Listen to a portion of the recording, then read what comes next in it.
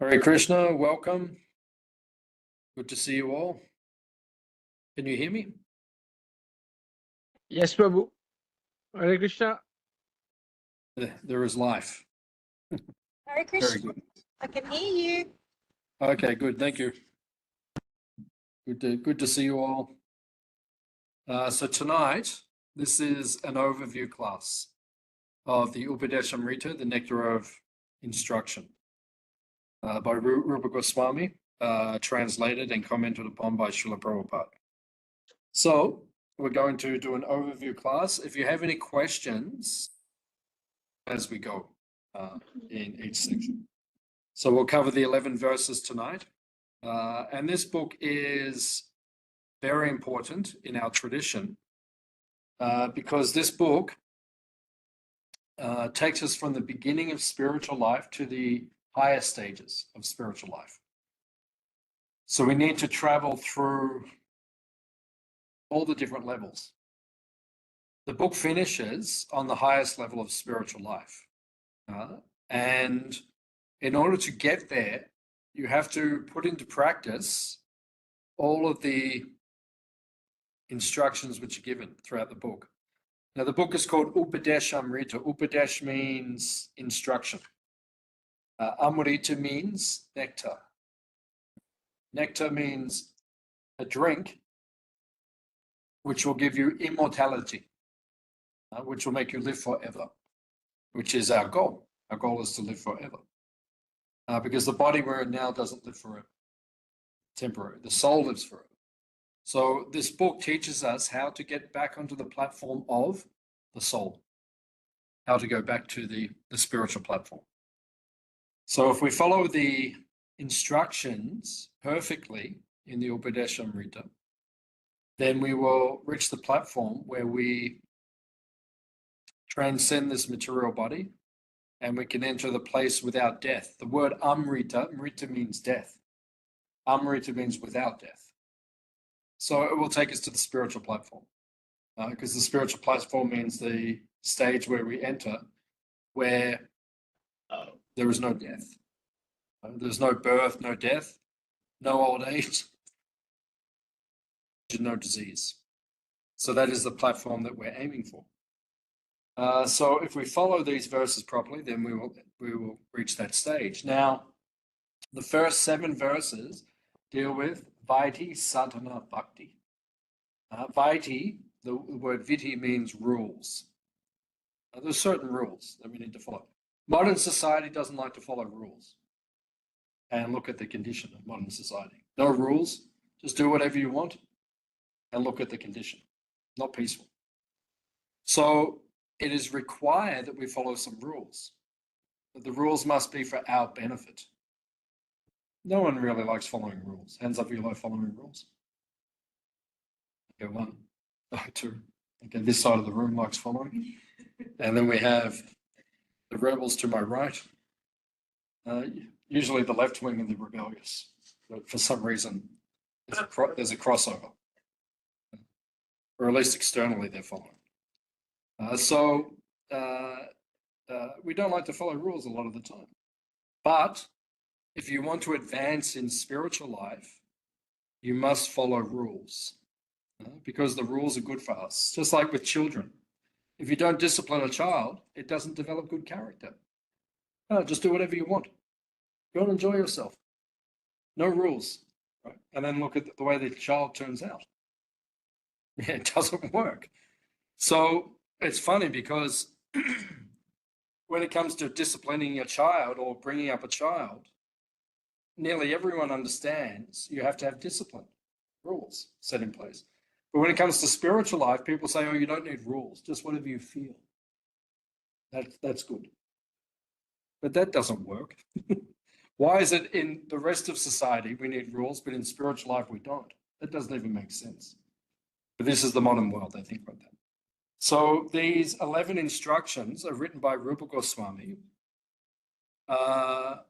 In the preface, we hear about how all the followers in our tradition, in the Hare Krishna movement, we are called Rupanuga Vaishnavas. Rupa Anuga. Rupa Goswami is the person who wrote the book. Anuga means the people who follow. That's us. We're Rupa Nuga. We're trying to be Rupa.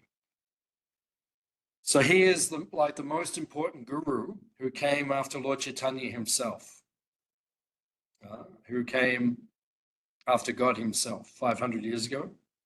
He was a contemporary. He was a disciple, a follower of Sri Caitanya Mahaprabhu. And then he's the most prominent follower. He is the leader of the 6 Goswamis of Vrindavan. Of course, we know in the spiritual world he's Rupa Manjari, Radharani's most confidential maidservant. So in this world, Rupa Goswami, he has written this book. And the book has 11 instructions. Now, yeah, I've contemplated this many times. He could have chosen so many things to write about. Why did he choose these 11 instructions? Because, if someone's this exalted, someone's this spiritually enlightened, and they say these are the 11 things that you need to follow, then that will give us perfection. So we don't need to do it. And actually, I know in the past, one of the sannyasis, one of the monks, lifelong monks, celibate monks in our tradition, he would carry this book with him all the time. I don't know if he still does it, but there was a point where he literally had the book on him all the time. So this is called the Upadesh Amrita. So the preface discusses that we must become Rupanuga Vaishnavas. We must follow Rupa Goswami. Now, we enter into the book itself. Now, the first 7 verses discuss Vaidhi Sadhana Bhakti, the rules. The first 2 verses discuss the pravriti, or the nivriti, the things that we must avoid in our spiritual practices. Nisheta, it's called. Things that you must avoid. If you don't avoid them, it will be very difficult for you to progress in spiritual life. That's the first 2 verses. Nivriti, things that you need to reject, give up. Nisheda means restrictions. Do not do. Just like with children, you say, do not do it. But then you have to give something positive. Okay, don't do this, but do this. Otherwise, what do they do? If you just give do not do, then what can they do? It's like the child's playing with matches. Okay, give me the matches, I'll give you the car. The matchbox car, the toy car. You give me that, I'll give you that. Right? Okay, you can take the thing off, but you have to give something positive in return. Right? So in spiritual life, there are certain verses, and then verses 3 to 7 is the pravriti, or the viti, or the things that you should, or actually must, practice to become successful in our spiritual practices. Right? So that's the context of the first 7 verses. Then verse 8 discusses what we call Raganuga Bhakti, which means it's spontaneous love for God. Not that you're serving God because you're following the rules, which is good. Serve God, why? Because you have to. Right? That's good. You're doing it because you have to. That's good. But better is when you just do it with rag. Rag means spontaneity. Attachment, rag. I just do it because I want to do it. You don't have to tell me to do it. I want to do it. Right? So that's the platform we need to come through. That's the 8th verse. Then verses 9 to 11 discuss Bhava Bhakti and Prema Bhakti. In other words, the prayojana. Prayojana means the goal. Yeah, what we're aiming for. Prema Bhakti. Yeah, the higher stages. The goal, the prayojana. Yeah, prayojana. The prayojana of life is called prema. Prema means love. Love for who? Huh? Cristiano Ronaldo? Messi. Lionel Messi? These 2 guys, the 2 biggest people on the earth on Instagram. most followers, Messi and Ronaldo. No, that's not the goal. Love, that's good. You love Messi, you love Ronaldo, that's okay. That's not the goal of life. They won't give you ultimate fulfillment. The ultimate fulfillment is prema, or love for Krishna, for God. We see God as this little cowherd boy just behind me. That's the goal, to love Krishna. That's the goal. God is a fun person. He's not a boring old man. That's not God. This is God. So the goal is to develop love for Krishna. So that goal and what that's like and the things that will assist that goal are in the final three verses, 9, 10, and 11. The goal is described in 9, 10, and 11, the things that will assist us in attaining the goal fully. That's in 9, 10, and 11. Okay, so now we'll begin to read the verses from the Upadeshamrita, the Nectar of Instruction. Any questions or comments, then please ask as we go. So text number 1. A sober person who can tolerate the urge to speak, the mind's demands, the actions of anger, and the urges of the tongue, belly, and genitals is qualified to make disciples all over the world. So what is the key word in this Sanskrit verse? Very good, vegan. Yeah. Vegan means urges, very good. And vegan, urges. We have urges. As long as you have a body, you have urges. The body is full of urges. Vacha, manasa, krodha, and then the tongue, the belly, and the genitals. Jiva, udara, and upasta. These are the six urges.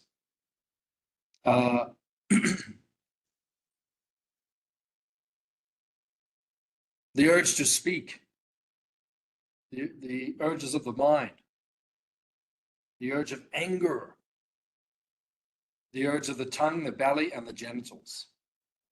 These 6 urges must be controlled. If you control them, you're called a Goswami. You're called a master of the senses. This is the beginning of spiritual life. You can't make real progress unless you control these 6. Now, there are many spiritual paths which will tell you the opposite.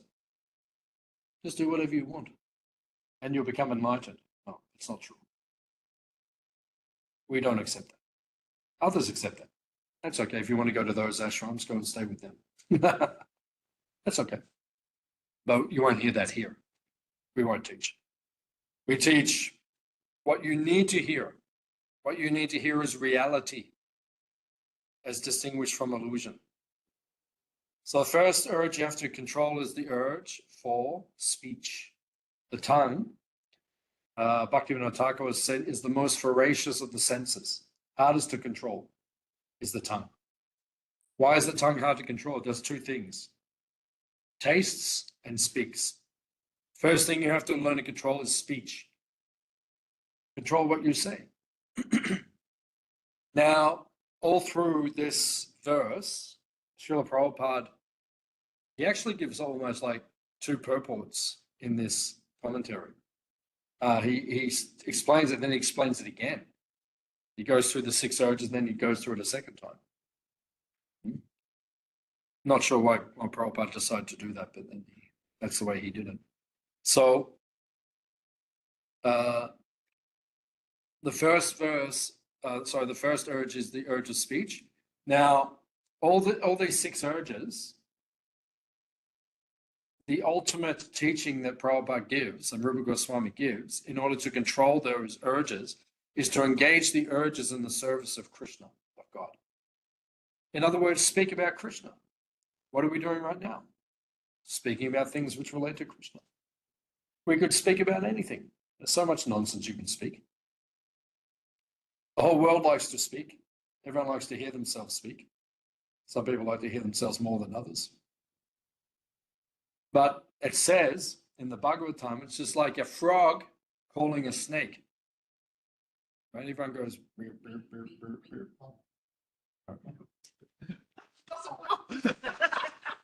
They're all out here, so I hear them.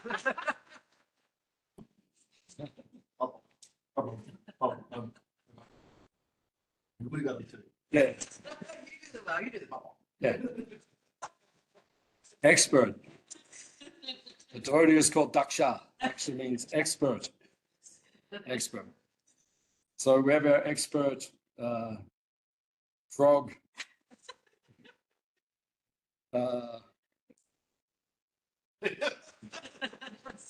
Poets. Our poets chanting. Burr, burr. Well, so they're making the frog sound.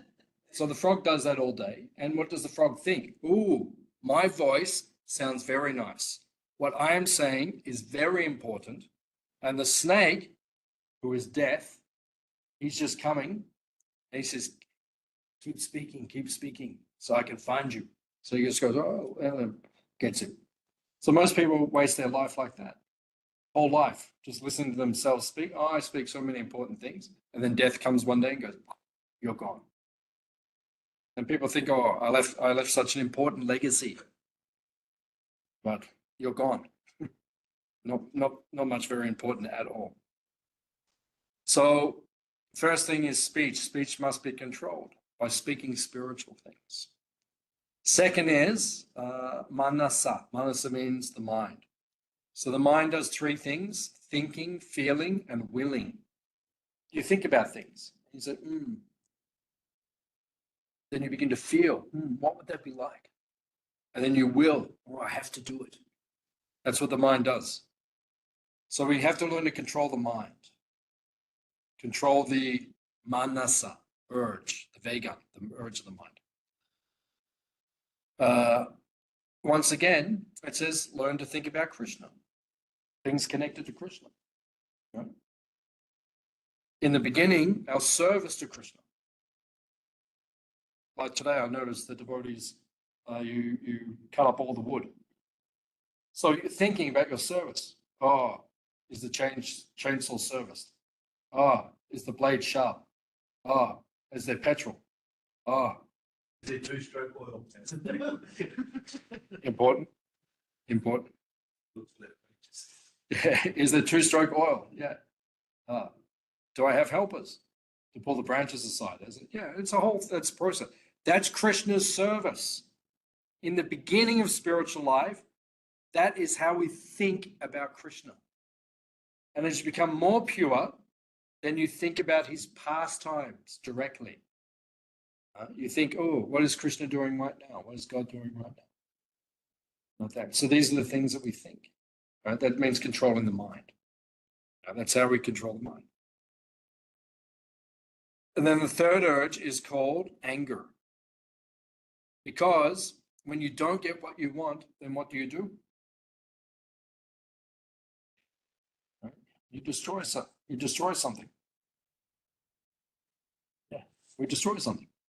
Right? We use speech and we destroy a relationship. Right? You're not acting the way I want. Then you destroy a relationship, speech. Or let's destroy a city. Like they have the riots sometimes. Like in London, sometimes let's smash everything, right? Because they're frustrated in the mind. We're not being treated properly. So now let's destroy everything. Anger, can't control the anger. Anger is frustrated desire, that's all it is. That's why if you learn to control your desires, make them spiritual, then you don't become so. Anger's okay, but only when it's used in the right way. When it's used in the right way, yeah, it's okay. But not when it's used like the world's using it in negative ways. Let's just kill people and all these things. It's not necessary. So this is anger. Anger must be used in Krishna service. Right? If you're not used in Krishna service, don't touch it. Then the next three, tongue, jiva, udara, belly, upasta, genitals. These three, Prabhupada explains beautifully in the purport in the commentary, they're in a straight line. If you can't control the tongue, you eat too much, your belly gets too full, puts pressure on the genitals, and then you can't control the genitals. There's a direct line. So those three must be controlled if you're serious about spiritual life. We were reading last night in our class in Melbourne about Lord Chaitanya. He just arrives in Puri, and he goes to the house of Sarvabhauma Bhattacharya, and he's offered Jagannath Prasadam, very opulent, nice meal. And he actually says, to Sarvabhauma, please just give me boiled vegetables. And Prabhupada explains, because if we eat too opulently, we'll overeat, fill the belly too much, put pressure on the genitals, then spiritual life is wrong. So that's why we have to eat simply. Prabhupada actually said once a week we should have a feast. He said once a week. Once a week, satisfy your senses. Eat as much as you want. But the rest of the week should be some discipline. So the tongue, the belly, and the genitals. These three must be controlled to make advancement in spiritual life. Does anyone have any questions so far? Okay. So this verse describes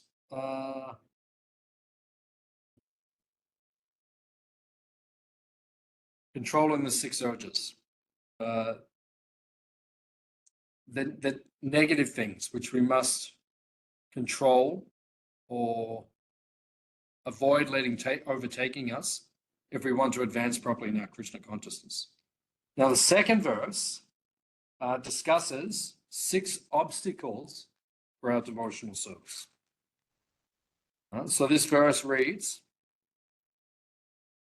one's devotional service is spoiled when he becomes too entangled in the following 6 activities: eating more than necessary or collecting more funds than required, over-endeavoring for mundane things that are very difficult to obtain, talking unnecessarily about mundane subject matters, practicing the scriptural rules and regulations only for the sake of following them and not for the sake of spiritual advancement, or rejecting the rules and regulations of the scriptures and working independently or whimsically, associating with worldly minded persons who are not interested in Krishna consciousness, and being greedy for mundane achievements.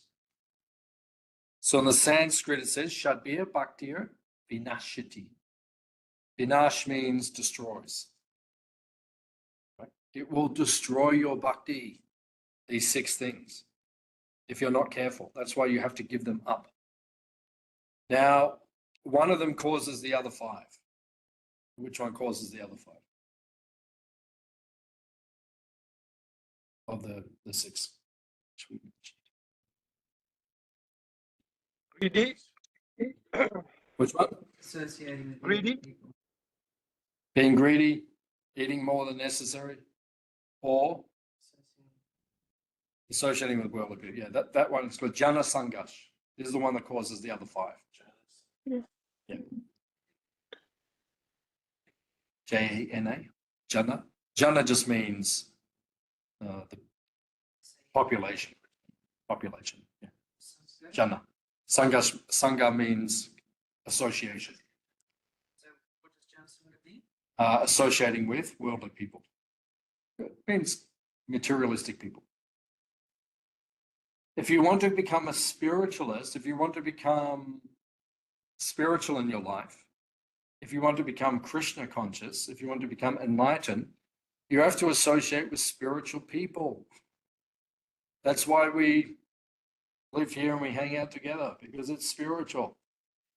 Otherwise, you hang out with ordinary materialistic people. You will become like them. We're all products of our association. Whatever we associate with, we become like that.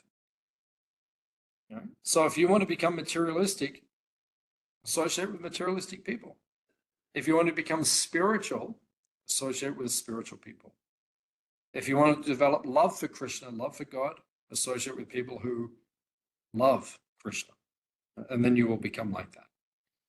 So that is the one that causes all the others. Now, the first one is called achahara. Achahara means over collecting, overeating. This will destroy spiritual life. Too materialistic. Oh, let me just eat as much as I can. Some people think that's the goal of life. I just eat as much as I can. That's the goal of life. But in your next life, you will become a pig. Or in Germany, we call Schwein. And in Italy, we call? Everything sounds better in Italian. It doesn't matter what the word is, it sounds better. Maiale. Hey, you're my maiale. My little pig. You're my little pig. My maiale. In German, they just say you're a Schwein. It's Schwein. And in English, we say pig. You're a pig.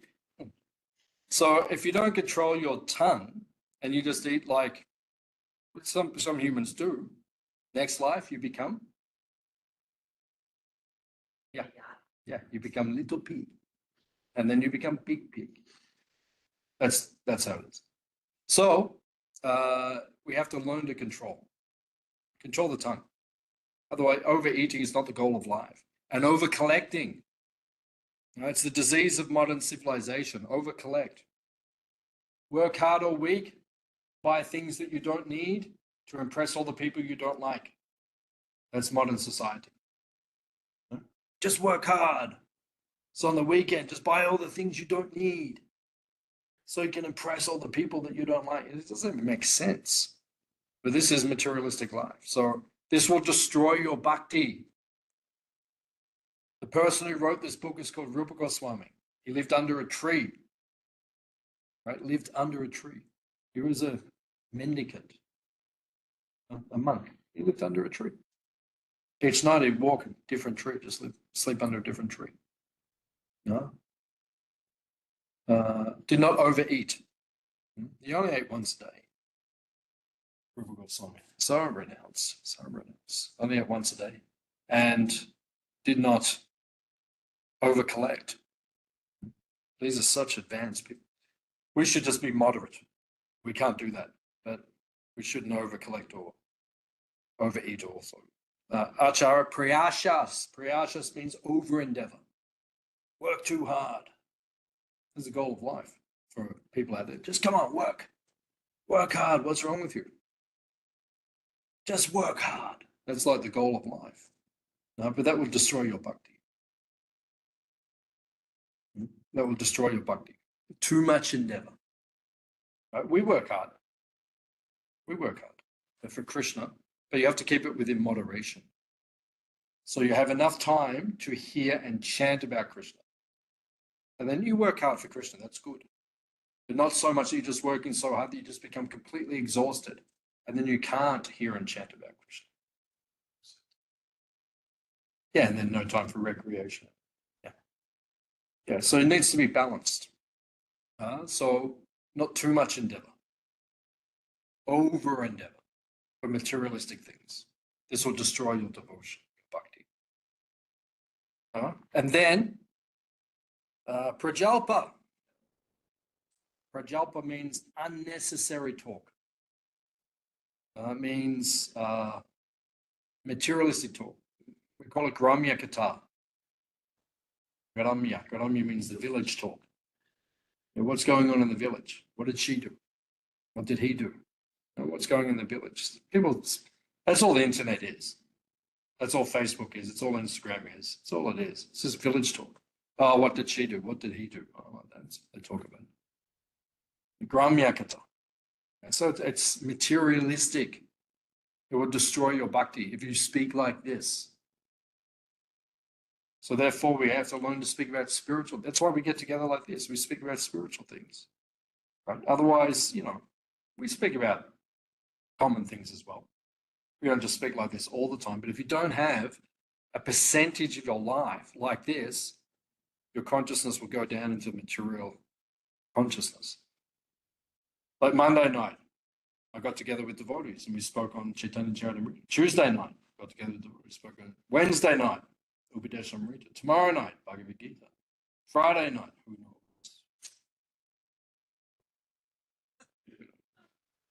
But we get together on a regular basis, speak about Krishna. That's the goal of life. Yeah. So otherwise, prajalpa will destroy your devotion. It will destroy your bhakti. Niyamagraha. This one is interesting. Niyamagraha means too attached to the rules and regulations or too slack in applying the rules and regulations. It can be taken both ways. Niyamagraha, niyamagraha. It can be taken both ways. Following rules and regulations, but not really understanding why you're doing it. Yeah, fanatical. Too far.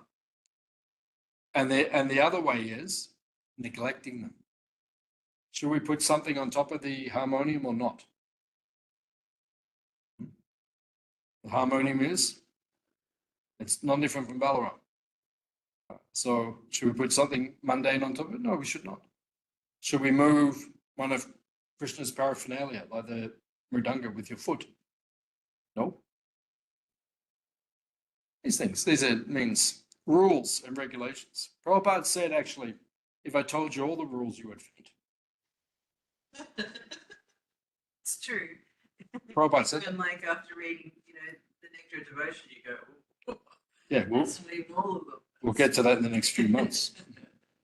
Yeah, that's not even all of them. There's the 64 that Rupa Goswami picked out that we should follow. So, we have to follow. If you don't follow a certain amount of rules and regulations, you won't progress. But if you follow them too fanatically, like every single thing, and all that, you also won't progress because you're not thinking of Krishna, you're just thinking of the rules and regulations. So it's a balance. Now, how do we know what to apply? By association of guru and sadhu. They will teach us what you should do. Don't be too slack, but don't be too fanatical either. You need to associate with the right personalities, and they will teach you. Just like we had a nice guru just here, Nirmala Mataji, very nice, saintly person. And Aniruddhapuru and Shincharupa, gurus in their own right, very nice, saintly people. So we take their guidance, how to apply things. Jana Sangash, associating with materialistic people. Loyam cha, loyam means greed. And that's one of the diseases of the modern world. People are too greedy. That's the sixth of the qualities.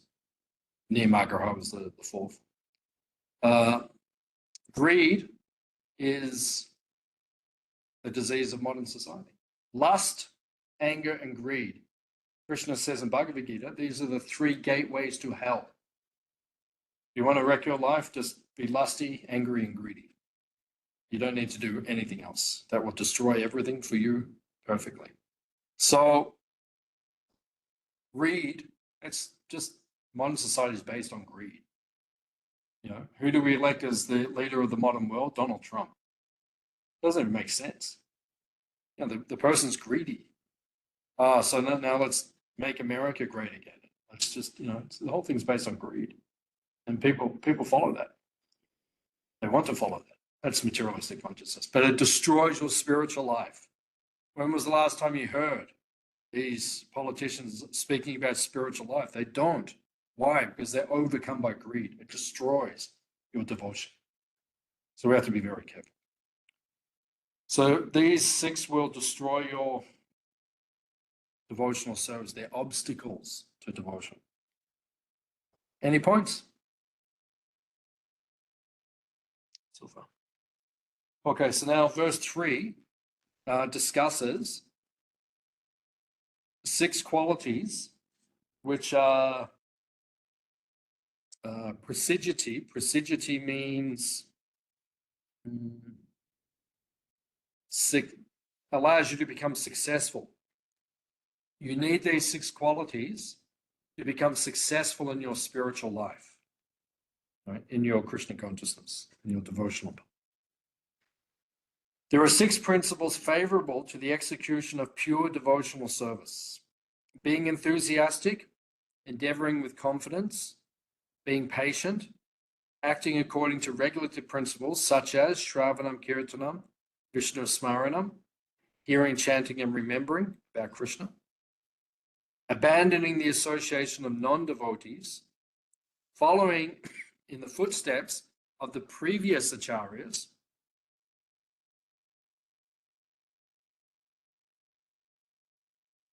these 6 principles undoubtedly assure the complete success of pure devotional service. Okay. So, Utsahan, Nishchayat, Dharyat. You need these 3 principles to become successful in your Krishna consciousness, in your spiritual life. Utsahan means enthusiasm. You have to be enthusiastic. Where does enthusiasm come from? Bliss. What's that? You can say taste, yeah. You can say taste, but it says bliss, ananda. When you're blissful, like when something's really blissful and giving you spiritual happiness, you become enthusiastic. Just like we all have our favorite items of bhakti. Why? Because they give us pleasure, ananda, bliss. So then we're enthusiastic to do it. Like if you say to me, I'm buying you a ticket to go to Vrindavan, then I'll be enthusiastic. That's a holy place in India, very holy place. So enthusiasm will be there because there's bliss. I know when I get there, I'll be blissful. So devotional activities which give us bliss, that generates enthusiasm. So we have to get enthusiasm for devotional service. Where does it come from? You have to get the bliss or the taste. Param drishtva nivartate, the higher taste. Second is nishchayat. Nishchayat means confidence. Sometimes it's translated as determination. You have to be determined in spiritual life because no one's going to encourage you when you take to the spiritual path. Quite often the people, they do the opposite. They try to discourage you. Most of us probably know this when we told our families, or certain members of our families. You go home, I'm becoming a Hare Krishna. You can't do this. Why are you doing this? You haven't experienced anything in life yet. They tell us things like this, discourage us. So you have to be determined, confident that if I do it, I will get the best result. So we have to get that. Where does that come from? It comes from our association. You associate with people who are enthusiastic, determined, you will also become. Krishna says, Drida Vrata, Mahatmanas Tumam Pata. That's a different verse. Daivim Prakriti Mashrita. Where's the Drita Vrata? Where's that one? Satulokitya, Drita Vrata. Krishna says. Just can't remember the beginning of the verse. But Krishna says, Drida Vrata. Drida. Drida means determined. Vrata. Vow. And you have to be determined. No, I'm going to do this. That's how you advance in spiritual life. So if you associate with people who have that kind of determination, then you will also gain that determination. Utsahan nishchayat, daryat. Daryat means patience. You have to be patient in spiritual life. Why? Because it takes a long time. You won't become enlightened tomorrow. It will take time. That's good. Daryat. You have to be patient in spiritual life, right? You can't become Krishna conscious overnight. It will take patience. So Rupa Goswami says, do this. Then he says, tatakama pravartanat, which means acting according to the regulative principles, such as hearing, chanting, and remembering. So you have to tatakama pravartanat. You have to begin to practice the devotional principles. Right? Chant 16 rounds a day. Follow the 4 regulative principles. Right? Practice the devotional principles. Shravanam, Kirtanam, Vishnu, Smaranam. Hearing, chanting, and remembering on a regular basis about Krishna. Practicing the devotional activities. That will cultivate your Krishna consciousness. Abandon the association of the non-devotees. Interesting. In the last verse, what's going to destroy your devotion? No? Being with materialistic people. Yeah, worldly people. And what's going to, here it says, the things that you should, in the previous verse, give up. In this verse, it says the things you should adopt. It says it again, right? Abandon, Sangha Tyagat. Tyag means renounce. Sangha Tyagat, materialists. We associate with materialists, but more to give them our association. Right? We go to them. Okay, I'll teach you something about spiritual life. We don't go to them to, do what they do, because that will distract our spiritual life. So again, it's mentioned, that's how important it is. Association is everything in spiritual life. And then, finally, Satobrite. Satobrite means following in the footsteps of previous acharyas, the great saints of the past. The 6 Goswamis of Vrindavan, these great teachers who practice this spiritual life. We have to follow their footsteps, their examples. Right? Prabhupada in particular, the founder of the Hare Krishna movement. And all of the previous acharyas, we follow their example. And the modern saints, like the ones who were just here, we follow their example. Any points?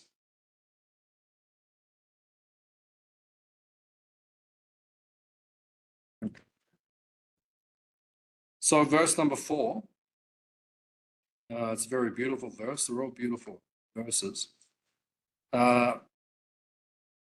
Verse number 4 discusses the 6 loving exchanges. We call it Priti Lakshana. Shadvidhim Priti Lakshana, the way that we show affection to the other people who are practicing spiritual life. How do we show affection? Because if you want to follow the spiritual path for your whole life, which obviously those sitting in this room do, we want to follow our whole life. Because we see people fall away. People fall away. Like Urmila Mataji was just, he's been practicing 50 years plus. We want to be doing that, 50. When we're in our 70s, our 80s, we want to be practicing still. So that will depend upon association. If you don't have meaningful relationships and friendships in spiritual life, you won't last. You'll go back to the materialists. You have to associate with someone. So you're going to. So how do you cultivate and make the relationships meaningful and strong? There are 6 loving exchanges, which are given here. Dadati pratigrinati, to give gifts and to receive gifts. As we said when we discussed this verse several weeks ago, we said that it's actually harder to receive gifts than to give them. To receive it in such a way that someone feels satisfied. If someone gives you a nice gift and you go, oh, that's nice. Doesn't make them feel very good. So you have to accept it graciously with love. Well, that's called Priti Lakshana. So you accept and you give. You give and you receive with affection. Then the second 2 items to show our affection, Guyamakyati Prichchahati. That means to reveal the mind in confidence and to inquire confidentially. Right? It's very important in spiritual life. If you don't have this, you will feel empty in spiritual life. You'll feel dissatisfied. You need to reveal your mind in confidence and inquire confidentially. You know, how are you? And actually mean it. How are you? How are you? We say it all day. Every time you see someone, how are you? I'm not feeling very good. That's nice. People, it's very superficial. So in spiritual life, it has to become deep. We need people that we can relate to on a very deep level. It's a tough one too, actually, for some people, because in this day and age, a lot of experience, the trust being broken, and so become quite guarded. So the concept, from my own life experience from a very young age, revealing the mind in confidence is very challenging and vulnerable, kind of thing to do. So it's it's so easy. I could see why, because it creates that vulnerability and putting that, and trust, because if you can't trust, ultimately other devotees, can you really 100% even trust Krishna? There's a process. But it sounds very easy, but it's not so easy for most people in the world actually in this day and age. Yeah, it's true. But we have to find at least a few people that we can do that with. Okay, if you can't do it with many people, then at least a few. People that you really trust. Has to be at least a few. If it's more, that's very nice. But at least a few. It has to be there. Otherwise, you cannot advance properly in spiritual life. So it has to be there. Even if it's a few, but you have to find. And then, Bhukte Bojayate Chaiva, giving spiritual food and receiving spiritual food. It's called prasada. Just like when you got here, we gave you that nice sweet halava. This is the way we show love to each other. Cook something nice, give something nice, like that. Exchange in love. I went to one devotee's house last night because he does service for us, computer work and things, Sri Caitanya Mahaprabhu. So, and I was there, it's about 6:30. And then his wife said, would you like to have dinner? So it's a way of showing love. But I already had someone else that I said I would have dinner with. So it's a way we show love. Right? We give prasada, we receive prasada, spiritual food.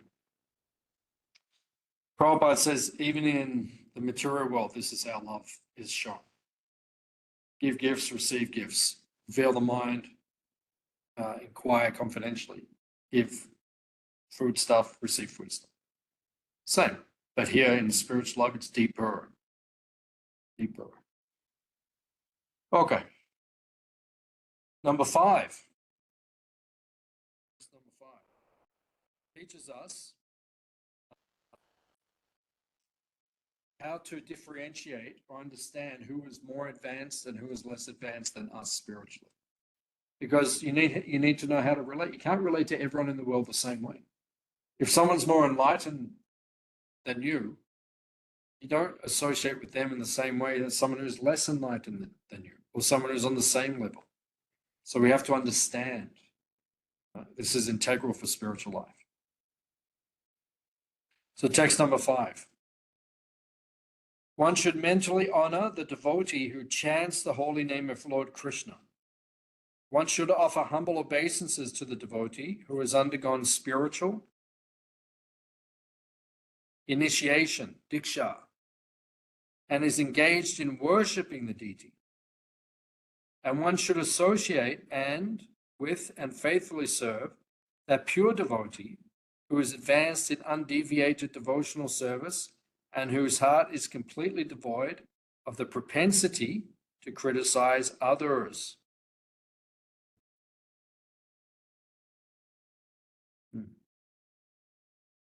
So these are the different levels.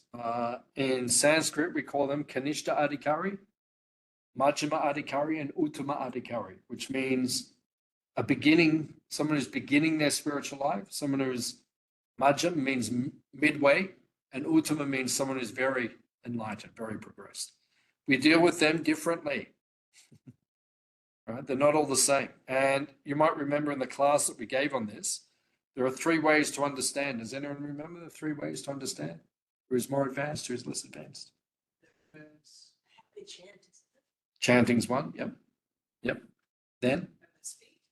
No. Their realization, how they deal with the others, right? And the other one is their faith, their shraddha, right? These are on 3 different levels. Shraddha. Then chanting would be, I suppose, kirtan, and realization. I don't know how you would define that in terms of, there would be a word, but I'm not sure how they define. But this is how we understand who's more advanced, who's less advanced than us, right? The quality of their chanting, the realization of how they treat others, and their faith. How much faith do they have in Krishna? That's how we realization of how they treat others. Yeah, because if someone doesn't have much realization, a Kanishta Adhikari, he doesn't know how to deal with everyone else. The Majjhima Adhikari knows how to deal with everyone. And the Uttama Adhikari is so advanced, he just loves everyone. Yeah. So it's the quality of the chanting, the realization of how they treat others. Yeah. And their faith. Their faith, yeah. That is what 3 ways. To differentiate or understand who's on which level, Kanishta, Majjhima, or Uttama Adhikari. So that's how we understand, by following those 3 criteria. And we went into that in detail in the class.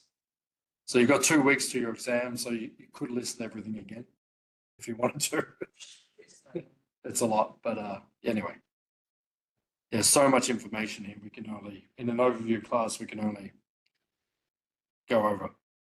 So you have to go back through your notes and see the differences. Okay. So then, text number 6 us to understand the position of a pure devotee. And specifically with those we take shelter of, like our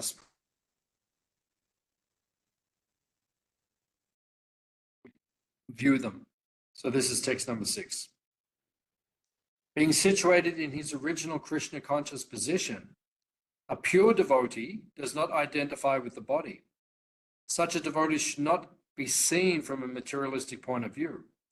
Indeed, one should overlook a devotee's having a body born in a low family, a body with a bad complexion, a deformed body, or a diseased or infirm body. According to ordinary vision, such imperfections may seem prominent in the body of a pure devotee, but despite such seeming defects, the body of a pure devotee cannot be polluted. It is exactly like the waters of the Ganges, which sometimes during the rainy season are full of bubbles, foam and mud. The Ganges waters do not become polluted. Those who are advanced in spiritual understanding will bathe in the Ganges without considering the condition of the water. This is how we should view very advanced devotees. We should not find defects. You should not think, well, the guru has to be from India.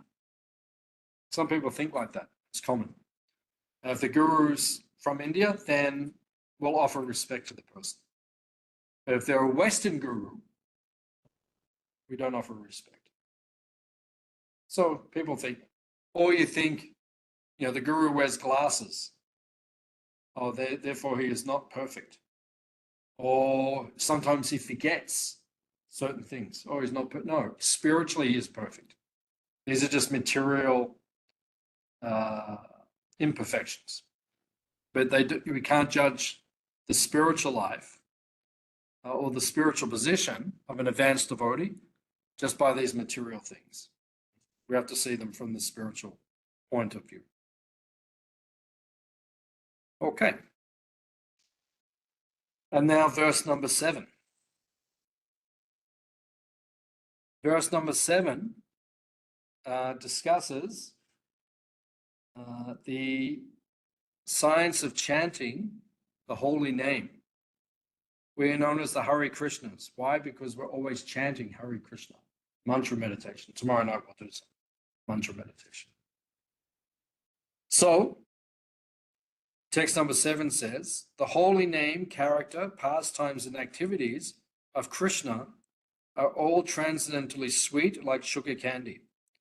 Although the tongue of one afflicted by the jaundice of avidya, ignorance, cannot taste anything sweet, it is wonderful that simply by carefully chanting these sweet names every day, a natural relish awakens within his tongue, and his disease is gradually destroyed at the root. So this is the science of chanting. When you begin to chant the Hare Krishna mantra, like we chant for 2 hours a day in meditation, this Hare Krishna mantra, then in the beginning, it may be difficult because you don't have a taste for the chanting. But the more you do the chanting, the names of God, the names of Krishna, the more taste you get. And it's called nama ruchi. And when you develop that ruchi or that taste for chanting, then you cannot stop chanting. It becomes relishable. So in the beginning, just like when you have jaundice, hepatitis, then sweet things taste bitter. So you taste them, doesn't taste nice. That means you're sick, you're diseased. You need to cure it. So what's the cure for the disease? It's sugar cane. Right?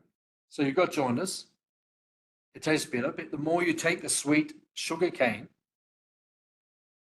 gradually you'll taste the sweetness, and that means you're recovering.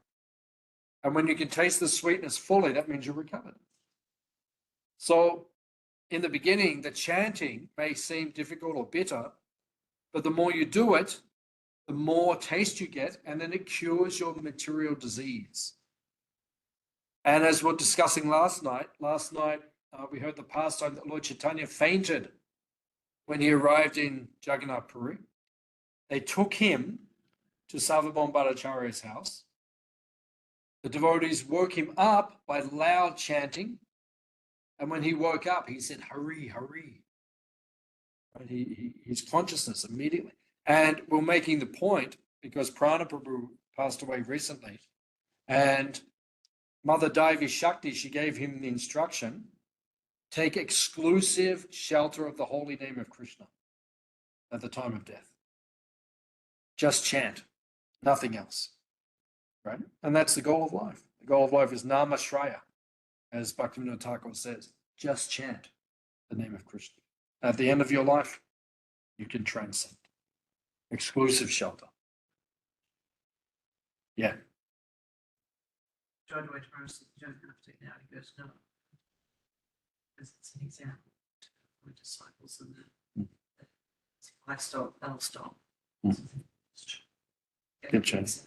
It's really keep chanting. Yeah, so exclusive chant. So if it doesn't taste sweet, keep doing it and it will get sweet. And Jiva Goswami says, if you've been doing it for a long time and it's still not sweet, he says, increase it. And then the taste will come. Yeah. Yep. Very good. And actually, this verse, Satchidananda Swami after Kartik, this was the realization he got was actually these words, care and attention. Yeah. And Satchidananda Swami said, affectionate respect. We should chant with affectionate respect. And then you'll become, like if someone says your name affectionately with respect, There's nothing sweeter. So if you're saying Krishna, God's names, with affection and respect, he will hear you. He will come to you. Okay, so then text number 8. Text number 8 describes Raga Nuga Bhakti. Spontaneous devotion in practice. Spontaneous love of God. This is what we're aiming for at this point. The essence of all advice is that one should utilize one's full time, 24 hours a day, in nicely chanting and remembering the Lord's divine name, transcendental form, qualities, and eternal pastimes, thereby gradually engaging one's tongue and mind. In this way, one should reside in Braj, Goloka Vrindavan, Dham, and serve Krishna under the guidance of devotees. One should follow in the footsteps of the Lord's beloved devotees who are deeply attached in his devotional service. So this verse teaches us what the goal of our practice is. We should practice in our mind meditating on Vrindavan. Vrindavan means the place where Krishna lives, God lives. Some people call it heaven. We call it Vrindavan. It's this forest place. You see in all the pictures. It's a beautiful forest place. So Vrindavan, should meditate on Vrindavan in our consciousness while doing our chanting in our sadhana, our spiritual practices. And then as we become advanced, we should meditate upon and follow in the footsteps of one particular devotee in the pastimes of Krishna. And as we said when we gave this class, Jamuna Devi, Prabhupada's disciple, she said to Prabhupada, "Are you that resident?" And Prabhupada said, "Yes." You can just meditate on Prabhupada, that's enough. If you're meditating on Prabhupada or your guru at the time of death, to Krishna, that is the goal. So this is the goal of our spiritual practice. In other words, to develop a desire to understand our Siddha Deha, or our eternal relationship with Krishna in the spiritual world, and follow in the footsteps of the devotees who are serving Krishna in a particular mood of devotional service. That is our goal in Vrindavan. In Nectar of Devotion, this will be explained more thoroughly. We'll get there. We'll start Nectar of Devotion next, after this. Text number 9. Now, text 9, 10, and 11 are the goal, what we're aiming for in our spiritual life. The holy place known as Mathura is spiritually superior to Vaikuntha and the transcendental world, because the Lord appeared there. Superior to Mathura Puri is the transcendental forest of Vrindavan, because of Krishna's Rasa Leela pastimes. And superior to the forest of Vrindavan is Govardhan Hill, for it was raised by the divine hand of Sri Krishna, and was the site of his various loving pastimes. And above all, the super excellent Sri Radha Kund stands supreme, for it is overflooded with the ambrosial nectarine prema of the Lord of Gokul, Sri Krishna. Where then is that intelligent person who is unwilling to serve this divine Radha Kund, which is situated at the foot of Govardhan Hill? So this verse teaches us the hierarchy of the spiritual world.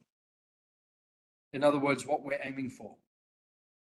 You may not understand this part. I have to explain it in detail. I don't have time right now. But we're talking about God's kingdom, not this world that we're in now. This is called the Apara Prakriti, the inferior place. But the Para Prakriti, the superior place, it has gradations. Vaikuntha, Vrindavan, or Mathura, Vrindavan, Govardhan, Radha Kund. Even in God's creation, he has his favorite places. So this is being revealed here to us by the great sage, Rupa Goswami. What is God's favorite place? And for those of us who are following in the footsteps of this tradition, we're aiming to ultimately perform devotional service eternally in that place, which is called Radha Kund. That is our goal. So here the goal is being explained. This is what we should be aiming for in our sadhana, to become attached to this place. Verse number 10. In the Shastra, it is said that all types of fruitive workers, he who is advanced in knowledge of the higher values of life, is favored by the Supreme Lord Hari. Out of many such people who are advanced in knowledge, Gyanis, one who is practically liberated by virtue of his knowledge, may take to devotional service. He is superior to the others. However, one who has actually attained prema, pure love of Krishna, is superior to him. The gopis are exalted above the advanced devotees because they are always totally dependent upon Sri Krishna, the transcendental cowherd boy. Among the gopis, Srimati Radharani is the most dear to Krishna. Her Kund lake is as profoundly dear to Lord Krishna as this most beloved of the gopis. Who then will not reside at Radha Kund? And in a spiritual body, surcharged with ecstatic devotional feelings, Aprakat Bhav, render loving service to the divine couple, Sri Sri Radha Govinda, who perform their Ashtakaliya Leela, their eternal eightfold daily pastimes. Indeed, those who execute devotional service on the banks of Radha Kund are the most fortunate people in the universe.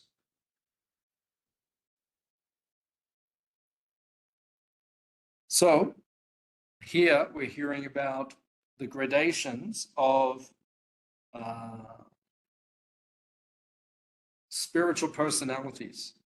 First, we hear about the karmis, fruitive workers. Then we hear about jnanis, those who are detached from this world. But then above them are the devotees, which is the path that we follow. We devote ourselves to Krishna. That's our spiritual path. But then amongst them, the gopis, which means the girls that you can see with Krishna, they are said to be the most exalted of all. And of all of them, Srimati Radharani, who is just behind us just here, she is considered to be the topmost. So we're hearing about who it is that we should meditate upon. We should ultimately meditate on Srimati Radharani, her servants, and her followers. That is the goal of our meditation. We want to become Gopi Bhatu Pada Kamalayo Dasa Dasa Anudasa, the servant of the servant of the servant of Srimati Radharani and Krishna, the master of the gopis. So in order to attain that realization, Rupa Goswami says the most effective place to practice your devotional life is Radha Kund. And if you cannot reside in Radha Kund, this spiritual lake in Vrindavan, it is there in Vrindavan. If you cannot reside there physically, then mentally you should reside there. You should mentally focus on your, while practicing your devotional service, you should mentally focus on Radha. That is our goal. And the final verse, verse 11, discusses the glories of Radha Kund, which is the place that we're aiming for, the highest place in creation. Of the many objects of favor delight, and of all the lovable damsels of Brajabhumi, Srimati Radharani is certainly the most treasured object of Krishna's love. And in every respect, her divine Kund is described by great sages as similarly dear to him. Undoubtedly, Radha Kund is very rarely attained, even by the great devotees. Therefore, it is even more difficult for ordinary devotees to attain. If one simply bathes once in those holy waters, one's pure love of Krishna is fully aroused. So, Shrimati Radharani, her service is the most exalted service that we can aspire for. And her Kund, which is non-different from her, as we explained in the classes, is the ultimate place for devotees to meditate upon serving Radha and Krishna. So that is the sum and substance of the sum and bonum, or the goal of spiritual life. So we'll stop there. Does anyone have any questions or comments on anything we discussed? So practical. So practical. Like in terms of like those last few verses, saying a little more esoteric. See that real gradation, those practical steps. Mm. Not that I'm near the last few verses, but you can imagine that as you sort of get closer, you do that, just becomes just a very practical reality. Yeah. Those first like 1, 2, 3, 4, 5, 6, 7 years, 8, and then as you go up, it's like you can understand that would become a very solid step, which just define your foot and take spiritual life to the next level. Yeah, very good. Yeah, it's a very systematic, very well thought out, systematic way of progressing in Krishna consciousness in our spiritual life. And if we follow the teachings nicely, as Manigriva Prabhu said, then we will attain the goal of Krishna consciousness. Okay, so your exam will be in 2 weeks today, which will be on the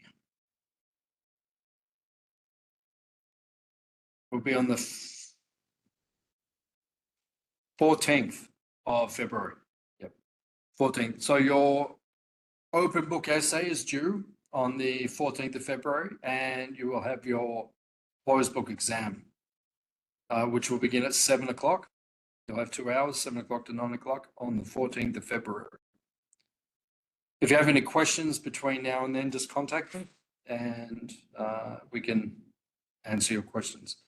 Your key memory verses are the first 4 verses of the Nectar of Instruction to be memorized for your exam.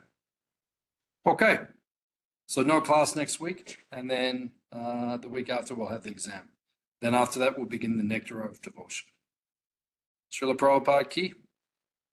Thank you all for coming. Hare Krishna. Good to see you all. Thank you, Prabhu. Hare Krishna. Thank you for coming. Thank you, Prabhu. Hare Krishna. Good to see you. See you on the weekend. Yes, Thank Prabhu. you. Hare Krishna. Very well. Hare Krishna.